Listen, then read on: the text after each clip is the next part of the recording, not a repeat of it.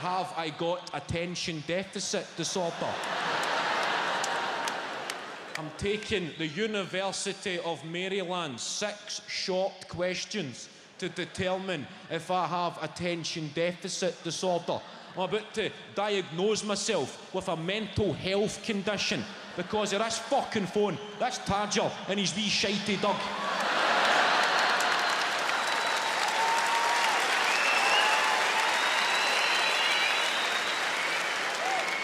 Even my dog is looking at me as if, get over it, Kev, hurry up and throw that tennis ball. Give me a minute, Annie. I'm no well, I'm mentally ill. Please be patient. I need your support just now, dog. Taking the test, the University of Maryland, 6 short questions to determine if I have attention deficit disorder. Do you sometimes struggle with the finer parts of a project once the challenging parts have been finalised? All of the time? Most of the time? Some 10 celebrities you didn't know were gay. Don't get near it, Kevin. Don't click on it. Don't fucking click on it. Don't get near it. 14 reasons you are always tired. Oh, I'm always tired. I think I might have that chronic fatigue syndrome. Fucking finish the ADD test. How the fuck can I finish the ADD test if I've got ADD? I went back. I read about Rivera. I got tooled up on this guy. Educated myself. Diego Rivera was born in 1886. Rivera began painting at the age of 3 years old, a year after the death of his twin brother. Rivera would paint on his bedroom walls. His parents, rather than chastise him, installed chalkboards and canvas on his bedroom walls to encourage his gift. At the age of just 10 years old, Rivera was accepted into the San Carlos Academy of Fine Art in Mexico City, where he studied until 1907, before moving to Europe, where he became friends with Pablo Picasso. I've got fucking shit. Oh, it's on.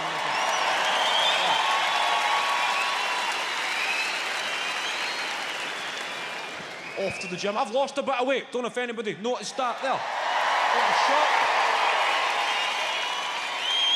Lost a bit. People worry about you in this city when you lose weight. I had a guy shout, "Fuck's sake, Kev, have you got AIDS?" Which is just the local way of saying, looking sharp, Kev. You've been working out. I've got a jaw. What that? Jaw? Never had a fucking jaw in my life. I've always been fat. I was fat my whole life, right through school. This has been a long time coming. I was 18 stone when I was 18. I was fat at school. That was tough. Sitting in a plastic chair at school at the end of every class, knowing there's going to be a sea of sweat that's been separating the two hemispheres of your arse.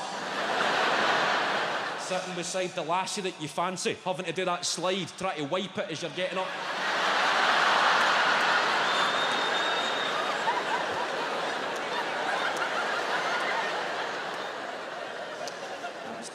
Been fat at school. I was the first in my class to get tits. It's hard. Going to the swimming on a school trip. No, I'll just keep my t-shirt on. The water's dead cold. I'm all right. I'll swim with my t-shirt on. I went to a guy, 18. That's when I first addressed the problem. 18 stone. I went to the gym, the real gym. You know, the big, proper gym guys. The real fucking big tanks. This new breed of man that you get. You know, the big mammals. The big protein bastards. Big... with a big beard covered in tattoos. They're going, mate, did I create you in a PlayStation game? They're big guys. They work in the car phone warehouse, but they're training for the apocalypse. These big... Convinced their best mate's shagging their missus and they're training for the day they can finally prove it.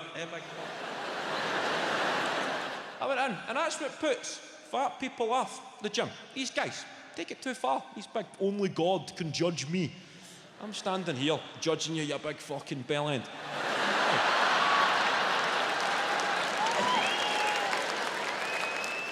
I went to the guy. I said, look, mate, I'm trying to lose a bit of weight. The guy goes, it's all about nutrition. All about nutrition. You can do whatever you want in here, but it's all about nutrition. You can't out-train a bad diet. And he asked me what I had for breakfast. He goes, what did you have for your breakfast this morning? Instantly, I'm thinking, I better say something that I never had for breakfast this morning. Make a good impression with this big fucking mammal. I said, oh, I had fruit, mate. A bowl of fruit. And the guy's going, fruit in the morning. That's got to go. Fruit in the morning. Very high in sugar. You need to lose that. I'm thinking, fruit, mate. Fruit. That's bad for you now. Fucking fruit. Fruit. I never had a bowl of fruit, but as far as you're aware, I did have a bowl of fruit, so I should be commended. I had a fucking Terry's chocolate orange, mate.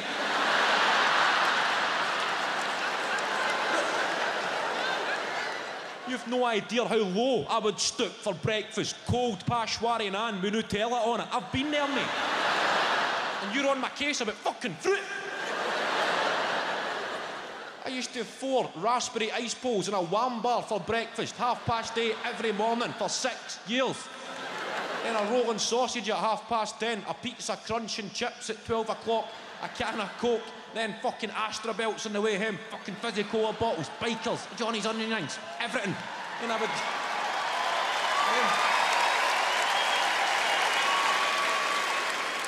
I get home for crispy pancakes, oven chips, potato waffles, croquettes, yellow, mate. That was the only colour I would eat, yellow. And you're on my case about fruit. I never said that because the guy would punch fuck at me, but I was thinking that. I said, all right, I'll cut out the fruit. The guy gave me a diary to fill in, a food diary. That's a step too far, Johnny. Submitting handwritten lies to somebody. He's telling me all these foods to cut out carbohydrates. You should be eating this shit, eat this stuff, eat this sort of stuff.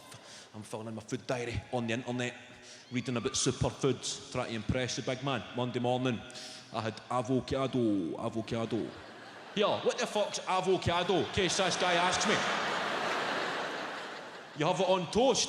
Or he'll go off his seat if I say toast.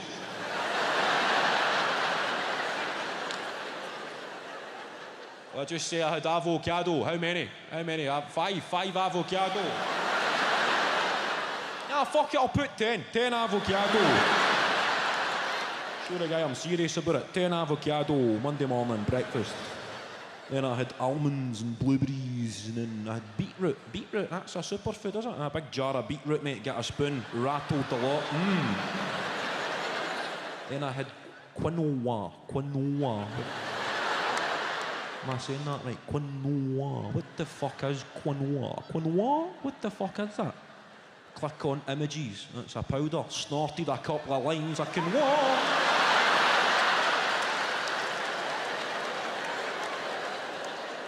And then I had oily fish, and I really felt it reducing my risk of Alzheimer's, mate. And the guy's going, this is great, Kev. Is this the truth? And I'm saying, no, mate, the truth would break your fucking heart. I'll tell you the truth. I lasted 2 meals without carbohydrates, and I thought I was going fucking insane. Never felt so angry. I had to get off the couch and just lie on the floor, staring at the ceiling, trying to take myself to a happier place. Fantasising about carbohydrates. I never knew what a carbohydrate was until you told me to cut them out, and then you grassed them all up. I'm lying there. Oh, I would love a spaghetti toasty right now. How good would that be? Or a baked potato with rice in the middle. And I could put that on a sandwich, eh? When's the last time I had a piece and baked totty and rice, eh? With a wee spaghetti toasty chaser. Oh, yes. And I crumbled, mate. I went rampaging through my own kitchen in the freezer. There was a tub of Ben & Jerry's that had been there for months. Now, because it had been there for so long, the little wooden spoon that you get inside a tub of Ben & Jerry's bent and snapped on impact with the ice cream. So I had to put the tub of Ben & Jerry's in the microwave. Now, I left it in the microwave a bit longer than I should have done, and the ice cream melted. So rather than just have a few wooden spoonfuls, as I had initially intended, I drank the fucking lot, mate.